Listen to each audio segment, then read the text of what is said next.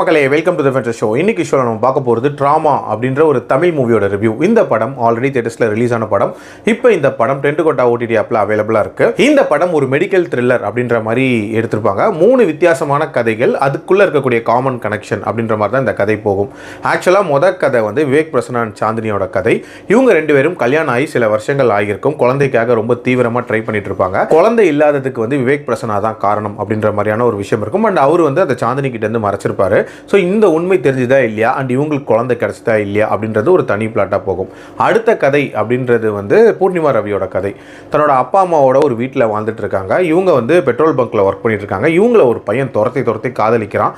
அந்த காதல் கை குடிச்சா அவங்களுக்கு என்ன ஆகுது அப்படின்றது ஒரு தனி பிளாட்டு. மூணாவதாக பார்த்தீங்கன்னா 2 திருடர்களை பற்றிய கதை. இவங்க வந்து சின்னதாக நிறைய திருட்டு சம்பவங்களில் ஈடுபட்டு இருக்காங்க. ஸோ பெருசாக காரை திருடலாம் அப்படின்றதுக்காக இவங்க பிளான் போடுறாங்க. அதில் என்ன மாதிரியான சிக்கலில் மாட்டுறாங்க அப்படின்ற மாதிரி ஒரு கதை. இந்த 3 கதைகளையும் கனெக்ட் பண்ணக்கூடிய அந்த மெடிக்கல் த்ரில்லர் என்ன, அதுக்கு காரணமானவங்களுக்கு என்ன ஆகுது, அண்ட் டுவர்ட்ஸ் தி எண்ட் எப்படி முடிக்கிறாங்க அப்படின்றது அந்த படத்தோட கதை.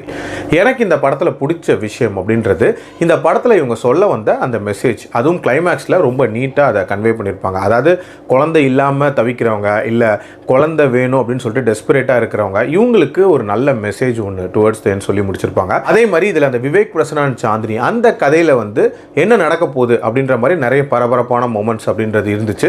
பூர்ணிமா ரவியோட கதையை பொறுத்த வரைக்கும் பார்த்தீங்கன்னா ட்விஸ்ட் அண்ட் டர்ன்ஸ்லாம் ஓகேவா இருந்துச்சு.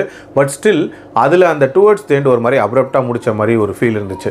இதில் அந்த 3வது கதை ஒன்று இருக்குல்ல, அந்த திருடர்களை பற்றிய கதை, அந்த கதை தான் இந்த படத்தோட போக்கே கெடுத்து விட்டுருச்சு அப்படின்னே சொல்லலாம். இது மாதிரி ஃபன் ஃபீல்டாக நிறைய திருட்டு சம்பவங்களில் ஈடுபடுறேன் அப்படின்ற மாதிரி சில விஷயங்கள் பண்ணியிருப்பாங்க.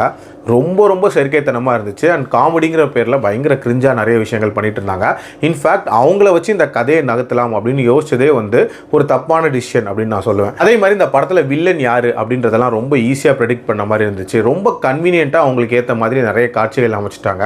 நல்ல தொடங்கின ஒரு த்ரில்லர் தான். பட் ஒரு கட்டத்துக்கு மேலே தப்பான பாதையில் போன மாதிரியான ஒரு ஃபீல் இருந்துச்சு. ஓவரால் என்னோட ரேட்டிங் இந்த படத்துக்கு 2.4 out of 5. டைம் இருந்தால் வேணால் ட்ரை பண்ணி பாருங்க, இல்லைனா ஸ்கிப் பண்ணிக்கோங்க. அடல்ட் கண்டென்ட்டை பொறுத்த வரைக்கும் மைல்டாக சில காட்சிகள் வருமே தவிர மற்றபடி பார்க்கலாம். மீண்டும் அடுத்த விமர்சனத்தில் சந்திக்கிறேன். நன்றி.